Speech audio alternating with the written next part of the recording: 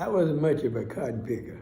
Now, I told you I was 8 years old. I remember being in the cotton field when I was 6 and 7, because my dad had a job, and matter of fact, he worked at the Fort Rucker. It was Camp Rucker at the time, which is an army base about 15, 20 miles outside of Dothan.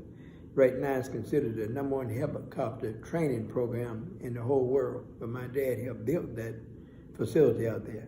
Anyway, he's working during the day, and my mom and my 2 older brothers, we would go to the cotton fields. And my grandmother was taking care of my 2 younger brothers, Orlando and Alfonso. So I was old enough, and 7, 8, but I was just out there.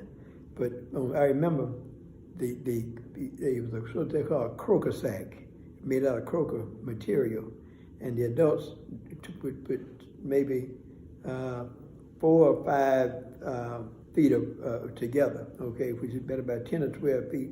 That he'd fill that croaker sack up with cotton. My mother made one for me out of flour sacks, the 25-pound flour sacks, and I had mine. And I tell the story that I bought my first Cub Scout suit from the money I made picking cotton. She said my mother called me a fabrication. She called me something else, but that's what I did. So when I can't remember coming to Ohio, when I was in the 5th grade, 9 years old, we lived downtown in what they call the Flats. And I was the only kid in the school, in the Cub Scout that had his own uniform. And that was people up north. But we was more prominent. The military was more looked upon as more special, in the South, like it is now, rather than as opposed to the North. And I got my first induction in terms of military activity.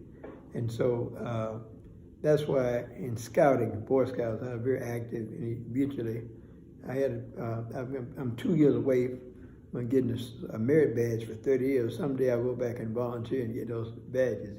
But we was always active, so it learned me about military active. So you were a scout when you were in Alabama? I was a Cub Scout. Cub Scouts from 8, 9, and 10 years old. So I'm sure it was segregated, or were the white Cub Scouts allowed to be with the black Cub Scouts, and vice versa? They might have been allowed, but they wasn't. Okay, they were separate because that was usually sponsored by a church group, and most black folks, attended their churches, and white folks attended theirs. Like even now, people say Sunday is probably the most segregated hour, 11 o'clock, in America, because the churches still are not together, so to speak.